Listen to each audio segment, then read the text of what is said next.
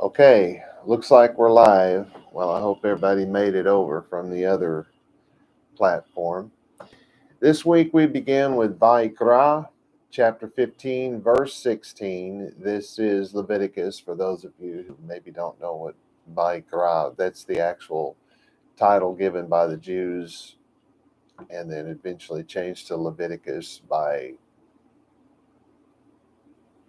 whoever did that. I don't know who that was, but anyway, we are talking about, I feel like, a fairly mature subject here, and I've said it before. I think that anyone over the age of, say, you know, uh, 10, 11, 12, whatever you parents think, anyone under that age maybe shouldn't be hearing this. But again, that's a parental thing. It's not anything X-rated or anything like that, but it is adult functions. Can I say it that way? So let's go ahead and get started. Verse 16, very literally, if it was translated just word for word into English, it sounds funny and it sounds like this. And man for shall go out from us effusion seed, and wash in waters all flesh he, and unclean to evening. So hopefully, if you're a parent, you're picking up on what I just said, and you will do this. You will make the decision that you feel is proper. Anyway, it says ve'ish, and of course ish is man, so it's and man key. So that's four, because it's not really if it's going to happen, it's saying because this happens.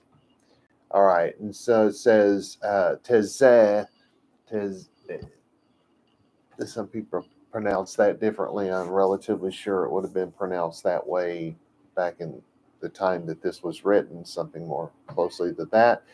Shall go out.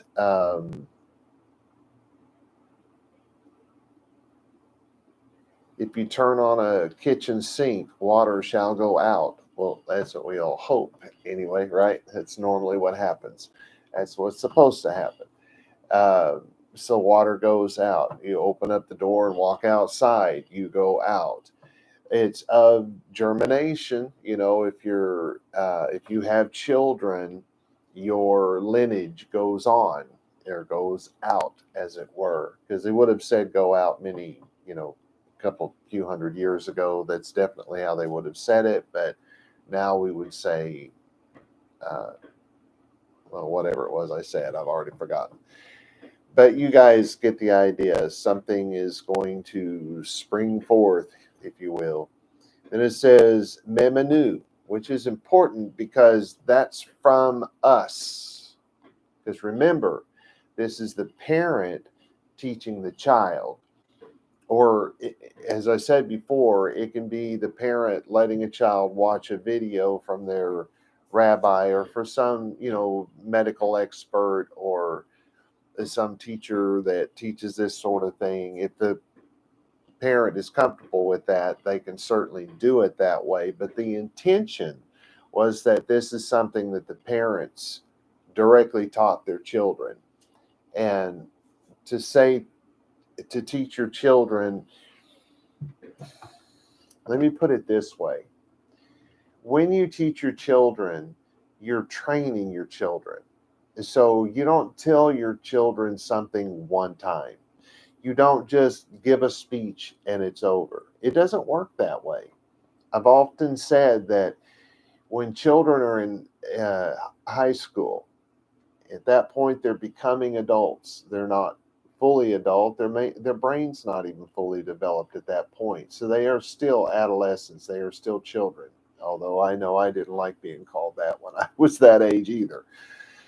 Because you're making that crossover if you're that age and you want to be the adult, but you're not really there yet. You're still working toward that. Yeah, you're taking those steps to become an adult.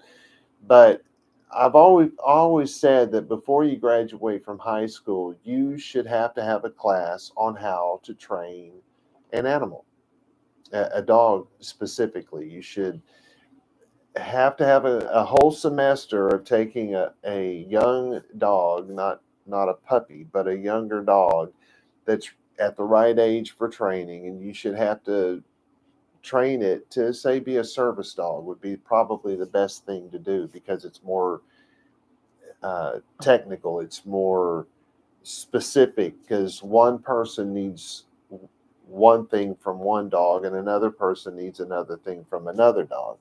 But if these young people could see that you have to teach it over and over and over again, and sometimes you have to back up and you have to try a different approach, and sometimes, because some animals, they respond very well to positive reinforcement.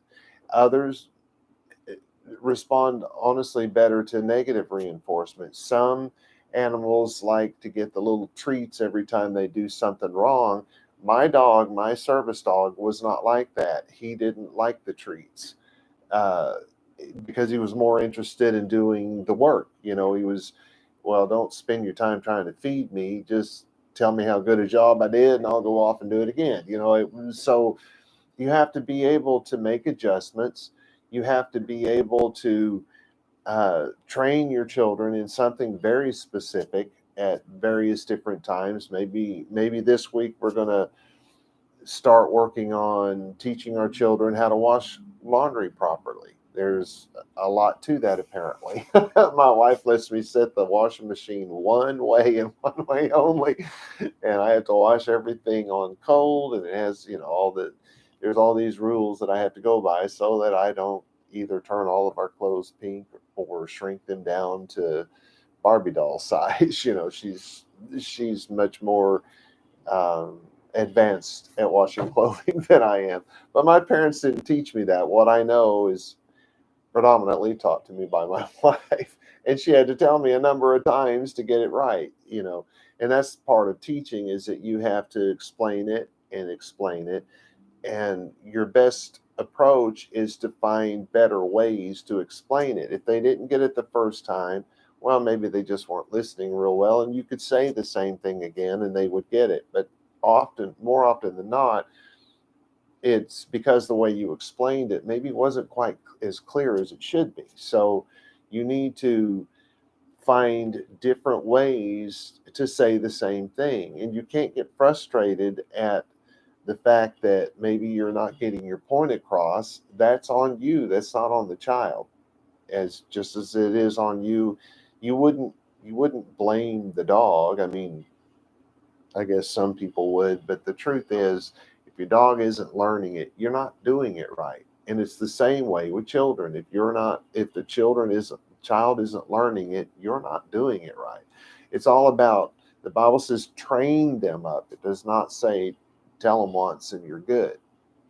And don't tell them the rules of a game and then take them out to play that game and expect that they're going to remember all the rules. I mean, my parents told the first time they took all of us kids out to play baseball. We had never played baseball before, and I was old enough to remember this event.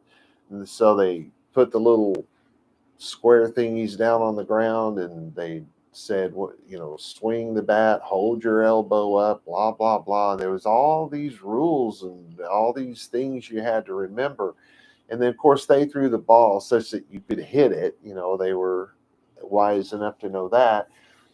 But when I took off running to the left, that shouldn't have surprised anybody. I was left-handed, And I took off running to the left, and they started screaming and cussing and telling me how stupid I was. That is not how you train up a child, and it won't work with dogs either. They don't know what any of that means in the first place, but children do. So you can't expect to just lay something out and then not have to talk about it again, not have to get to the subject deeper. And this is a subject that you should expect more questions.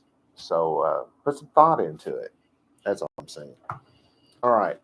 So that's why it said, if it goes out from, or when it goes out from us, it's not really if, it's because it goes out from us. That's the word ki in Hebrew. So because this is going to happen, you've got young boys, they're coming to a certain age. This is going to happen. And because of that, you need to teach them.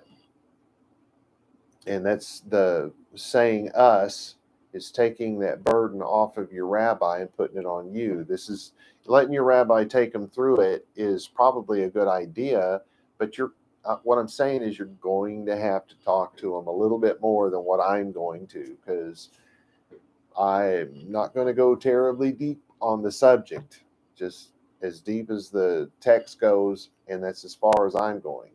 All right, so our next word is sichvat, which is effusion. That's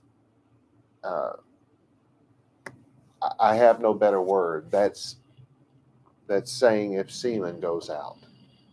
I don't know how else to put that.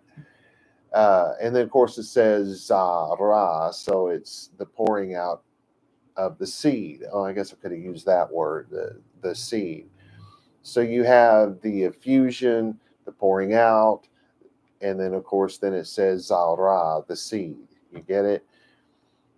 So because that's going to happen, we need to talk to our boys about this. Then it says rahatz, which is and wash. So here's the thing about the vav, and I haven't talked about this very much. And yes, I am kind of dancing around the subject. But the thing about the vav is we think of that as the word and, right? And that's generally what it is. But there's this thing called the reversing vav. So if the sentence is in the negative, that means that you should think of it as in the positive because it's a reversing vav. Well, why did the Jews have that? Well, this came about because of the way the Jews wrote out the Bible. They wrote it out so that all of the words looked like curtains coming down the scroll, right? Because think about, they're writing this. Nowadays, if you get a scroll of the first 5 books of the Bible, it's probably going to be about 20 feet long. I don't know if you knew that. That's why they're so big around. They wind them up and then they roll them out. That's 20 feet of lambskin, handwritten, and then they, decoratively tried to make it look like curtains. Well, the vav is a hook. And what do you hold up curtains with? Some sort of a hook. So the vav wound up in places where it was not supposed to be part of the sentence. So they came up with the rule of writing the sentence in the opposite. Like I said, if they wrote it in the negative, they meant it in the positive. So they used that rule so that they could put the vav in there so that it would look like curtains, but they had to make that rule up so that the sentences would still make sense. And that's part of the reason why the word and is used by the Jews so prolifically. I don't know what word I should use here, but they in everyday talk, particularly the further back in time you go, that word was used constantly. And we don't do that in English, right? You write a word, comma, next word, comma, and last word, But in Hebrew, it's this and this and this and this and that. So it's when they talk, you hear the vav an awful lot.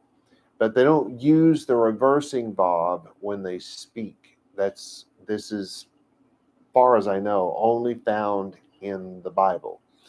So I put the word and there. It doesn't really need to be there, just kind of doing a word for word thing. So it's wash, when this happens, you got to go out and wash. Well, what do you wash? Well, it says wash in water, so literally that means bathe. That means take a bath.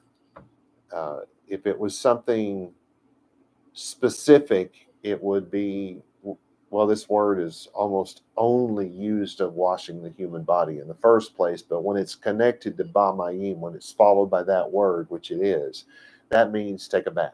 because in their day, they didn't have showers, right? I mean, unless you lived next to a waterfall, you didn't have a shower. Although in the 2nd century, there were hot and cold running showers, but only the super rich had something like that. Yes, they had hot and cold running water in the 1st century. That is a fact. But the way they did that was they had hot springs. And so the water would come up from the hot springs, and then the other water would probably come from a barrel, or perhaps they could get cold water very closely to it, and they would run the two together, and so you would have a warm shower. That is historically accurate, but that is not common, right? So, of course, this is way before that, so we're still talking about taking a bath. All right, so then let me move back over here. Then it says besaro. So now we're actually going to say the flesh. We're going to, just in case there was any question, there really shouldn't have been, but in case there is, we're going to make this word for flesh. You're going to go and wash in water your flesh, your body. And then it says vetame, which is the word we started off with. Is it? No, that's not the word we started off. Anyway, this is the word for unclean. You're unclean. Well, you just took a bath. You are ceremonially unclean. You are not physically unclean if you took a bath. Although some could argue that you are, because aren't you bathing in your own ickiness? Take a shower, man. That's kind of a gross thing. You should take a shower first, then take a bath in fresh water. Anywho, so you're ceremonially unclean. You are in violation of the Torah, is what's really being said here. They don't have to say it that way to mean it, because the Torah, the law is that we're supposed to be pure ceremonially and all other ways, in the heart and all that. We're supposed to be pure at all times, and when we become impure, which obviously this effusion makes us impure, we take the bath. It doesn't say anything about clothes, at least not yet, right? We're only talking about the body up to this point. And so you're going to wash this body, and then it says you're unclean. It uses the word ad, A-D is how we would spell it in English. That means until. Then it says ha'arev, until the evening. So this is the first verse in this chapter that deals with seed. I'm going to say it that way. Men do not have menstrual cycles. They do not have that time of the month. However, some men do experience a slow discharge of the seed over the span of several days, though this is rare. If persistent, a doctor should be consulted, as it can be the result of a medical issue that needs to be treated. Thus, it should be said here that generally speaking, a flowing issue in a man can, and more often than not, is from an infected sore or an unhealed wound in his skin. It's not the effusion of seed, right? This is less rare. Let's think about where we went leading up to this point. None of this was talked about. Although if you read all the commentary, they just drag it right into it as if that's the only thing that was being spoken of. No, right here, we just shifted gears. We're talking about something very specific. We were given the overview, and now we're getting into the specifics. Okay, so we can move on to 16. Now it says, and when an effusion of the seed of a man shall go, oh, this is my translation. What am I saying? And when an effusion of the seed of a man shall go out from us, we will also bathe our entire flesh and are unclean until the evening. Of the words go out from us, remember, the parents are teaching the children. In this case, men are teaching their sons, thus us. Women can teach their sons too. It's not that men have to do it, but that would have been, in that time, that would have most likely been the way it was done.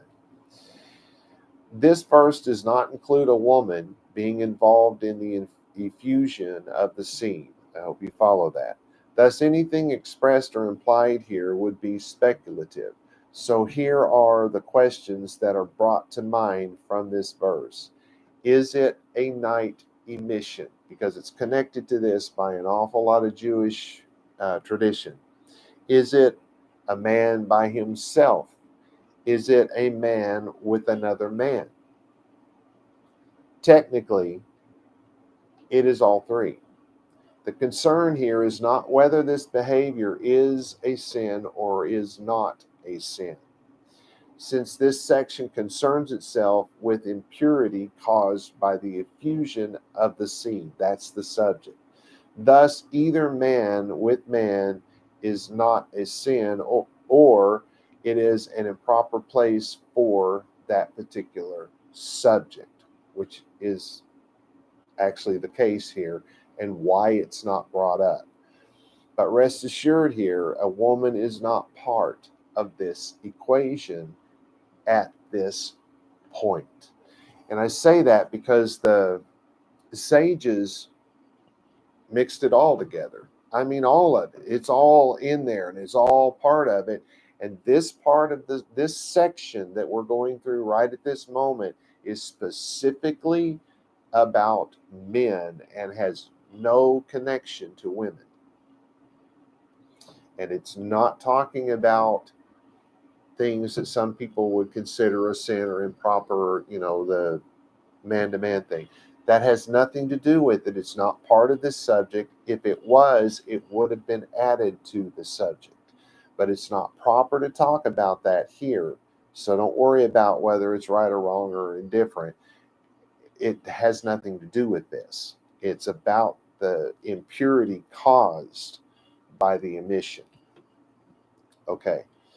Verse 17. And all garment and all hide that he will be upon him, effusion seed, and washed in water and unclean to the evening. And we're still on the man. We're still on the subject has not changed. So, of course, behol and all, beged, that's our garments. That's the talitot, even the kippot, well, they wouldn't have worn pants back then. I started to say pants. They weren't wearing pants back then. Guys wore dresses. No, they weren't dresses. They were tunics. Kind of like a dress, kind of like a mini skirt. If anything about the Ten Commandments by Charlton Heston, or with Charlton Heston, is correct. I don't know. It's your clothing. It's anything that's going to touch your body in any way. Because you're going to wash all of your skin, as we've already found out, and now you're going to wash your clothing. And this is bechol and all.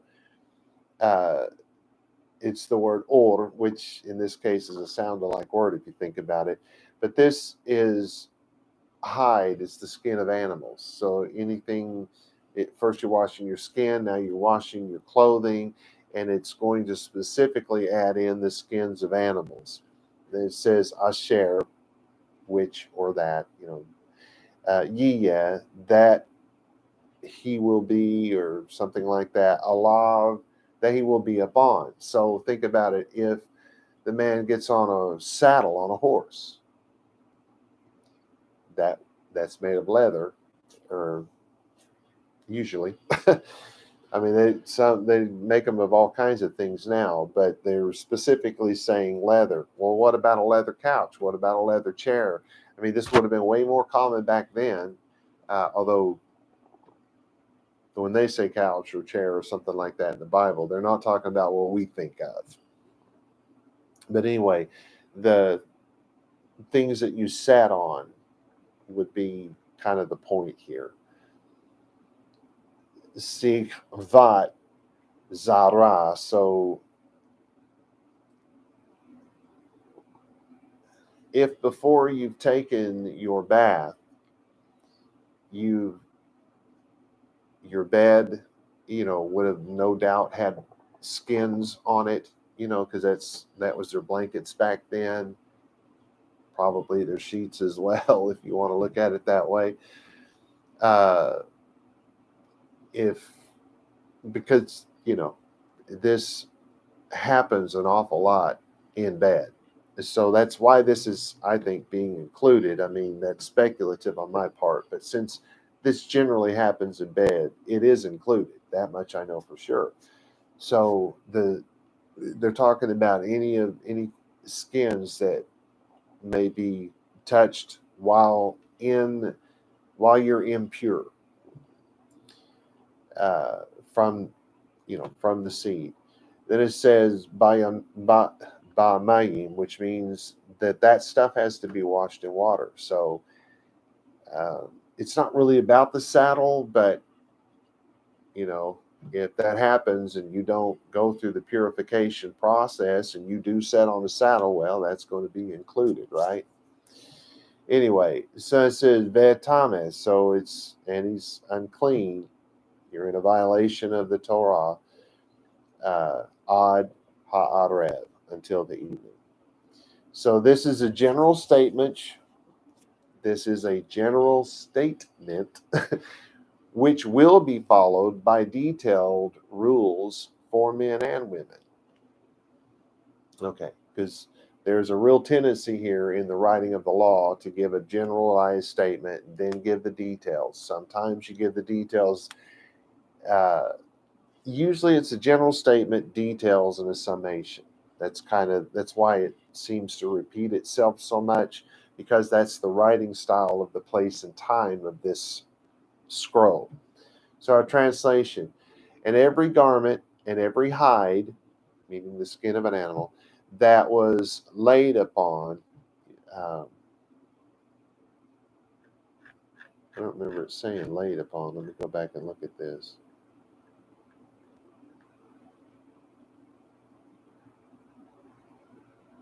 Yeah, we shouldn't say it that way. Let's change that. Because it would really cover laid on or sat on, um, leaned against even. I mean, if while you're in that state of impurity, you're touching any of this type of stuff, it needs to be washed. So I'm not real sure how to say that, because it's not saying laid upon. It does say upon, which is why I added the word laid, no doubt. But that's not really what's being said here. Anything that's been touched while in the state of impurity needs to be washed. So it's, and every garment and every hide, I'm just going to say it the way I wrote it because I don't know how else to say it, that was laid upon, where the seed was effused, will be washed in water and is unclean until the evening.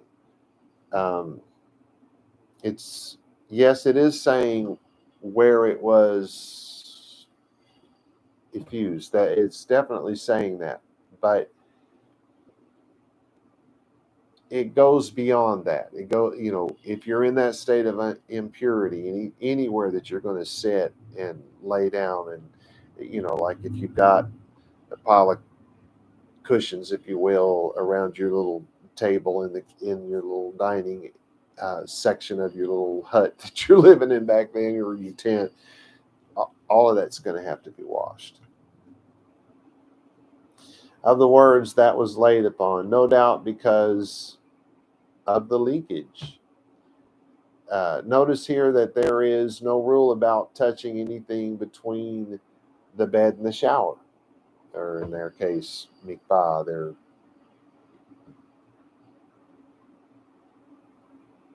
They're not saying anything about it, but that doesn't exclude it.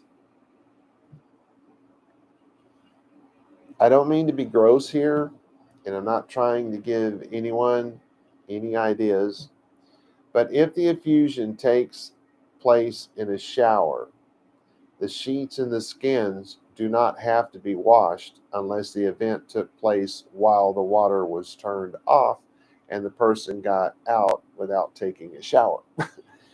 If the man takes a shower after the event, the towel does not need to be washed, but the rag used during the shower does. Again, no woman is expressed or implied here. So it's still about the man. And I think I've already made that point, that if you're still in that place of impurity, anything that's come into contact with this has to be washed. Let me say it that way because that makes more sense. Anything that you've touched, I don't know. I don't have an audience that I can look at this to see if I'm getting blank looks or everyone's like, go, move on. I don't have anything to judge it by. All right, so let's move on. Now, verse 18 says, and woman that he lie down, man, her effusion seed, and wash they, and waters, and unclean he to the evening. So now we're going to add to the subject. We're not changing the subject, we are adding more detail to the subject. So, vaYiqra. So remember, Ish is the man, Isha is the woman. So, and a woman.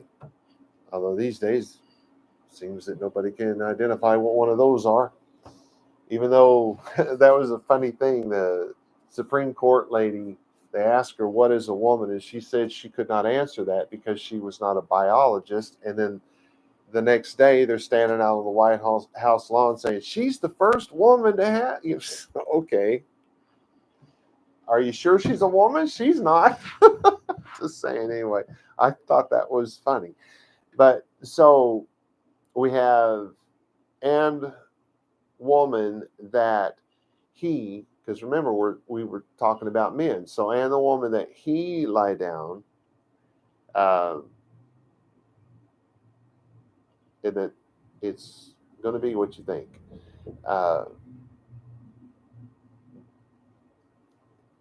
Though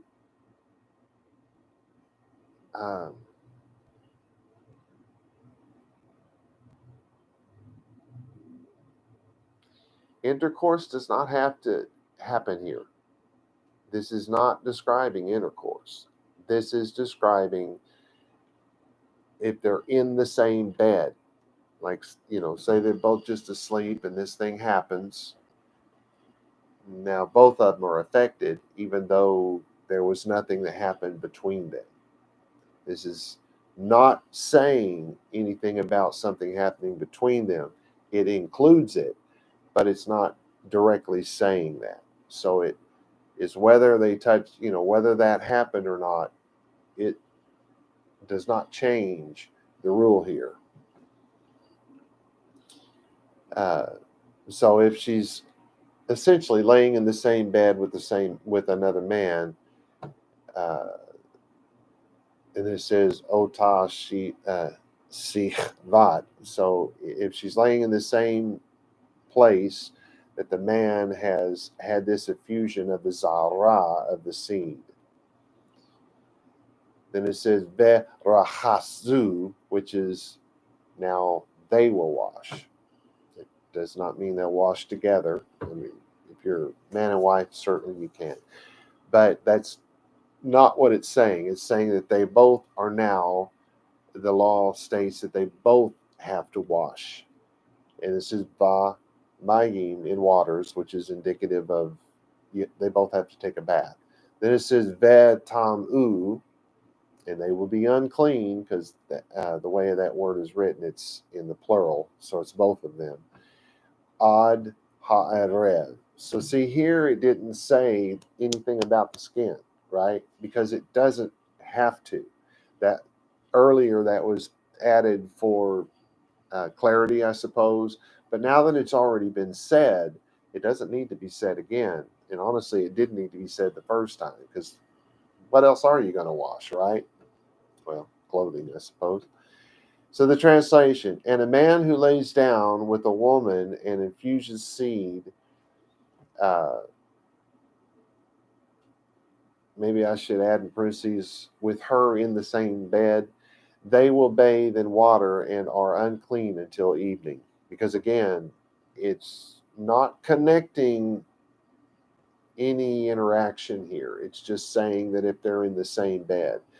And that's important too, especially in this society. I don't know if you guys know this, but in that time,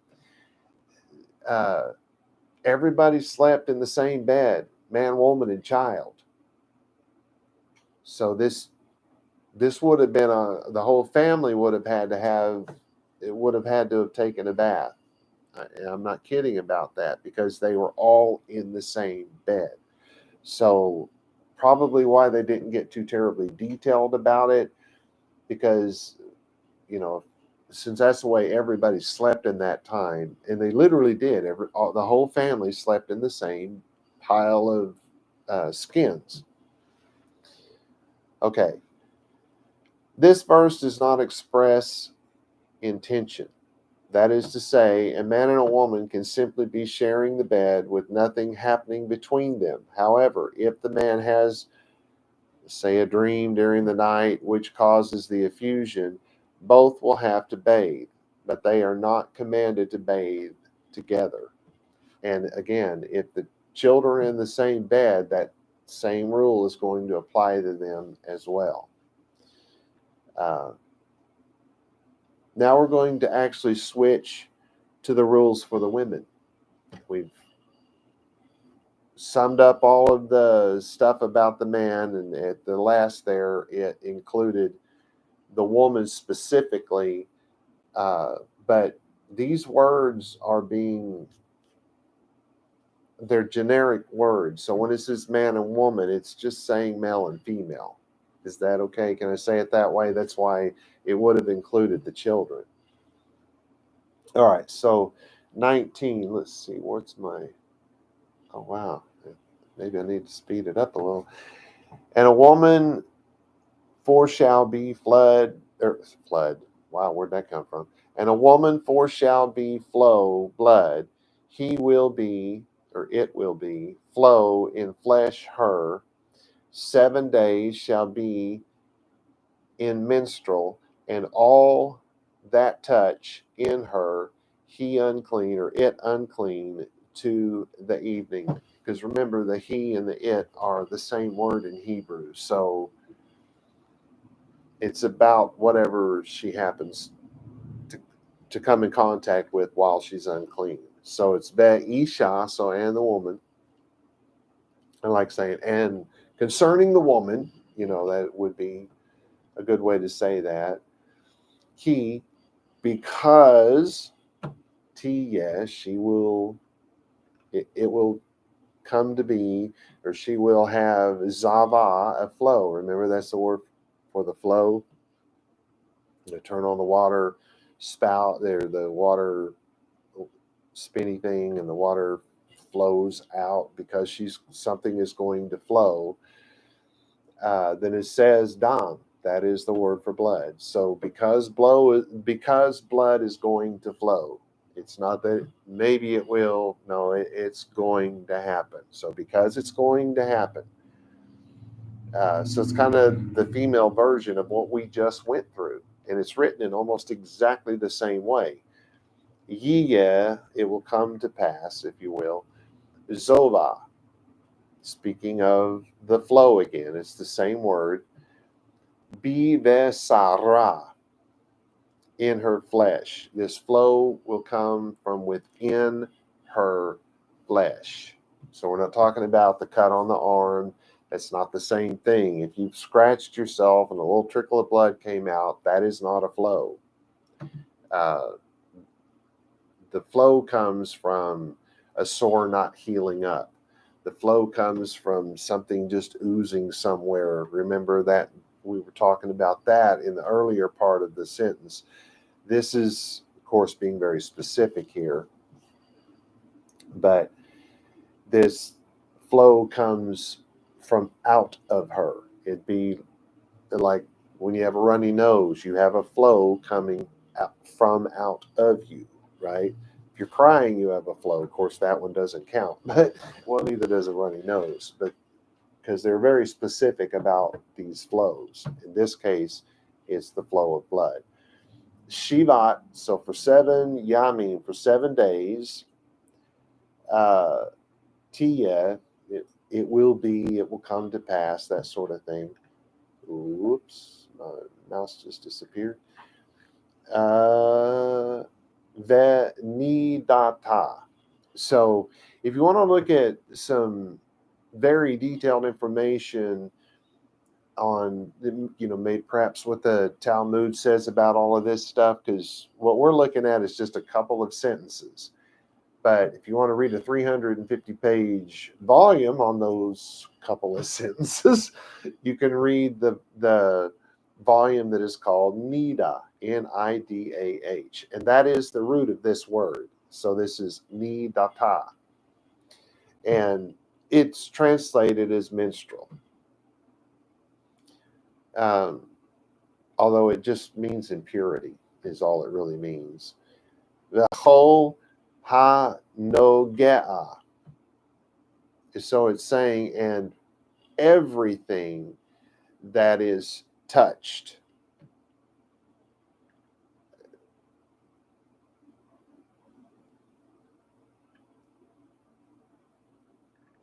By or with her, by her, because it says with, but they didn't really have a word for by her. They said with her or in her.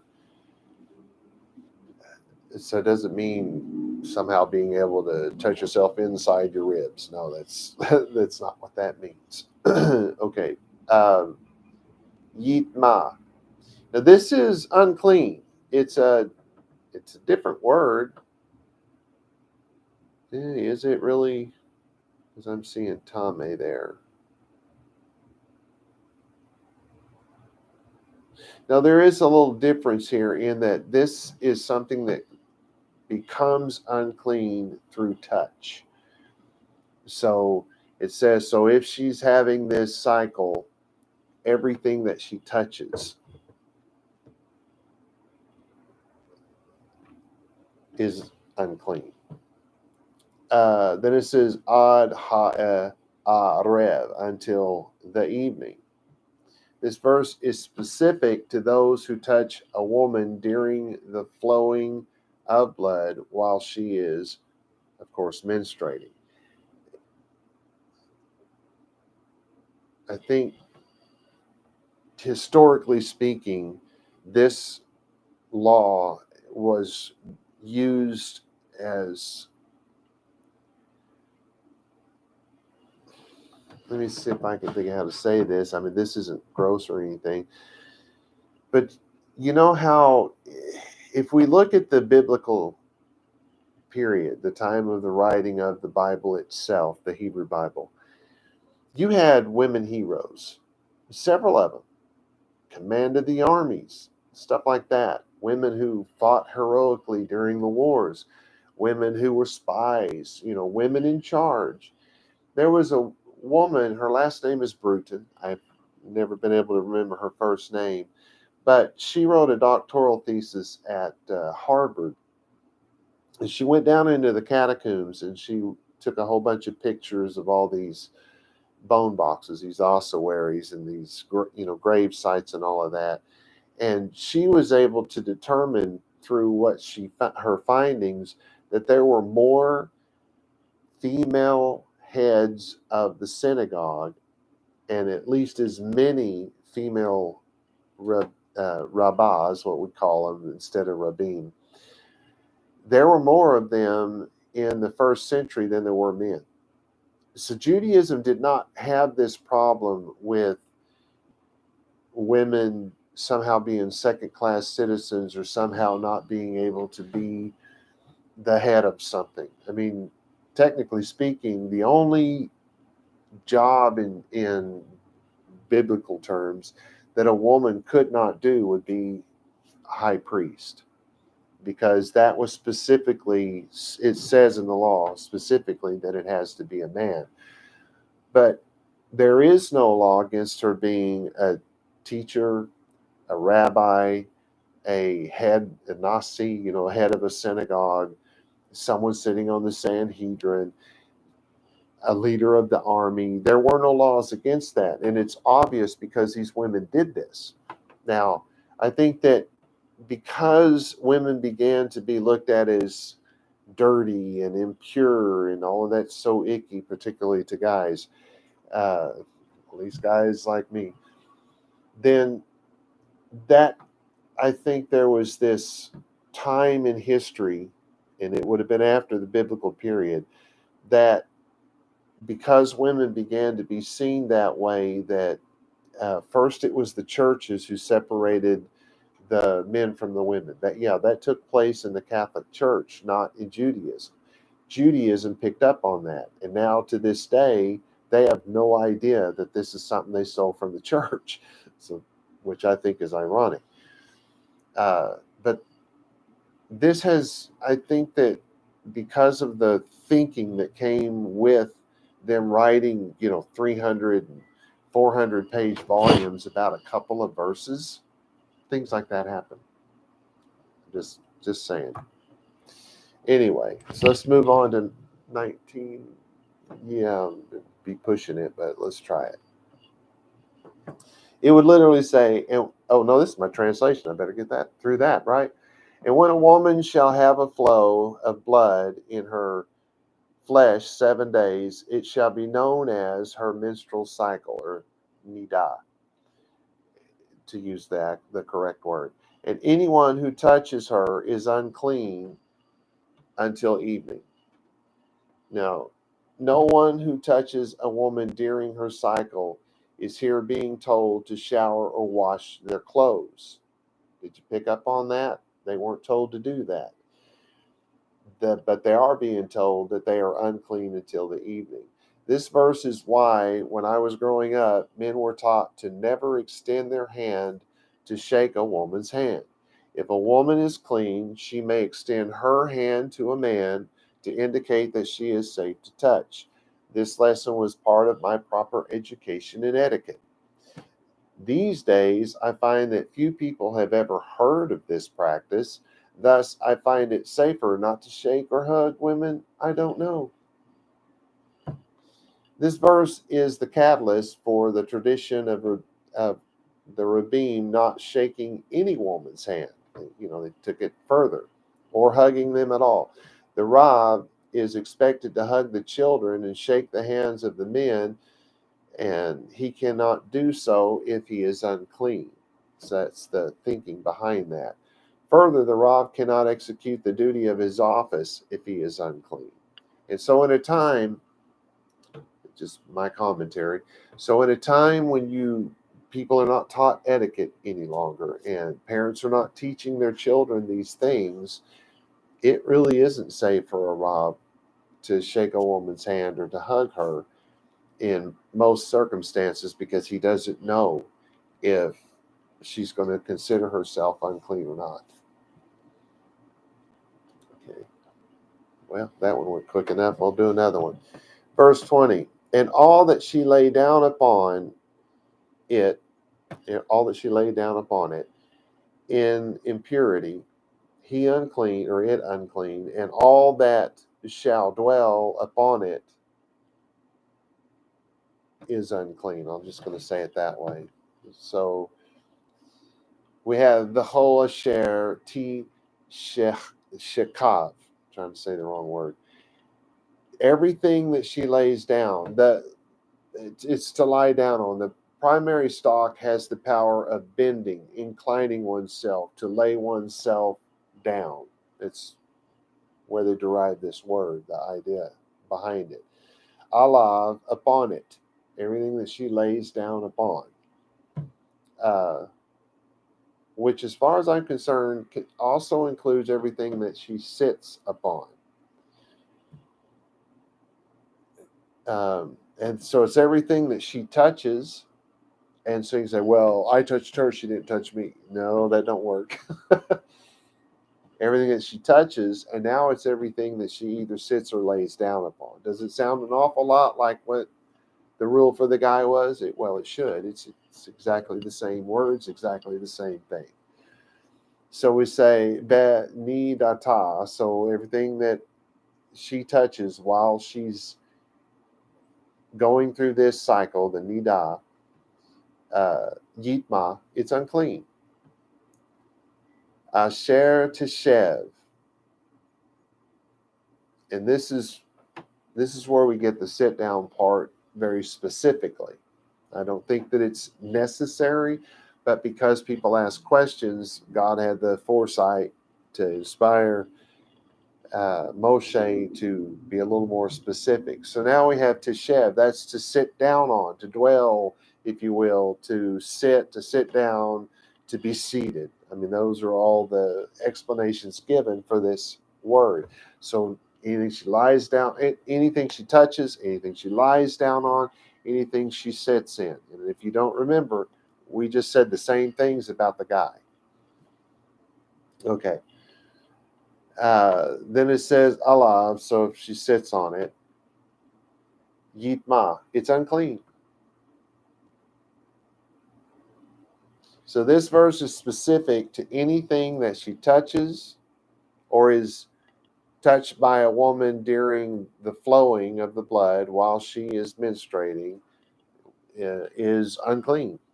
So if she touches it, sits on it, lays on it, anything that comes into contact with her while that flow is happening. Now we're going to get into the question, what if this flow is stopped, but she's still going through that time? That is a different thing. It can be argued that's something different, and it can be argued that it isn't. So we'll touch on that. I don't think we have the time today, but we will touch on that. All right, so my translation. And all that she lay down upon is impure. It is unclean. And all that she shall sit on is unclean. Oh, I didn't catch that a while ago. Everything that she dwells on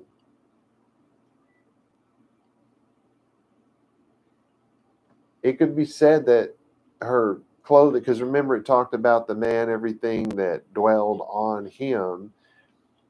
Let me go back and look and see if that's that she dwells on or everything that dwells on her.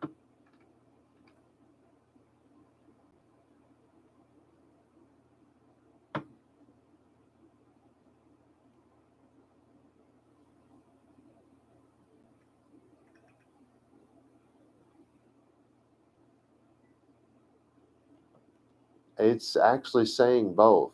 So her clothes would be unclean as well. Anything that touches her skin is going to be unclean as well, because it's actually saying it including both directions. Anything that she dwells on, anything that she sits on, or anything that sits on her. All of that's going to become unclean.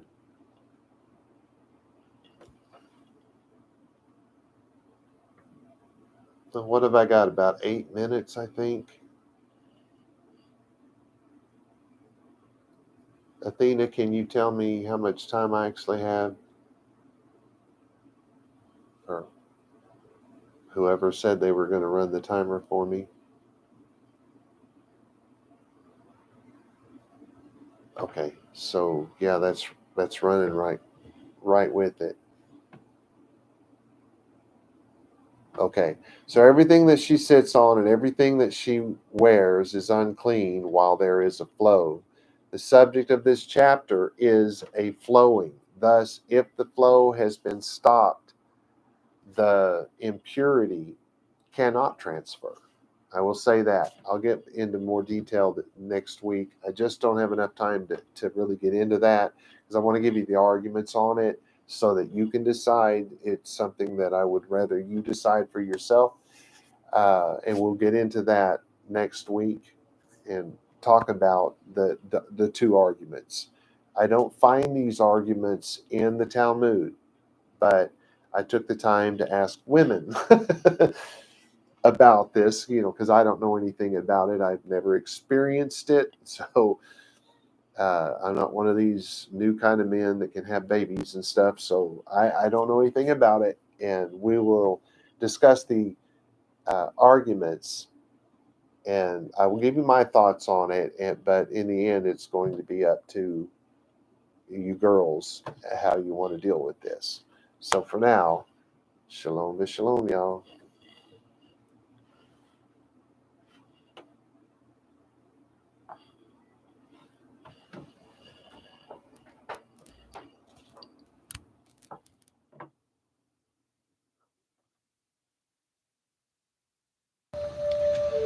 The blessing, vaYiqra. Yevarecha Yahweh v'yish meracha. Ya'er Yahweh panai velecha vihunacha. Yisa Yahweh panai velecha veyasim lecha shalom. And in English, may Yahweh cause you to lie down so that you may rest. May he touch and caress you. May he prepare you for what is ahead. May he watch over you. May he keep you from harm. May he cause goodness to grow in you and take away the bad. May he arrange your life and cause you to flourish. May he cheer you up and gladden your heart. May he cause his light to shine through you. May he show you tenderness, favor, and love in his presence. May he show you kindness and be delicate towards you. May he show you his generosity, mercy, compassion, and desire for you as it comes forth from the depths of his soul. May he lift you out of your pit and deliver you from the things that hold you prisoner. May he draw you to his chest and cast his eyes on yours. May he show you his love and desire for you as he cradles you in his arms. May he bear your punishment and pardon you of your sin. May he take you for his bride. May he establish a foundation in you. May he place his name on your heart and mind and make your body his temple. May you be his treasure. May you always be on his mind. May he draw you near and comfort you when you are afraid. May he assure you there is nothing to fear because he is with you. May you and all that concerns you be at peace because he is your friend. Amen.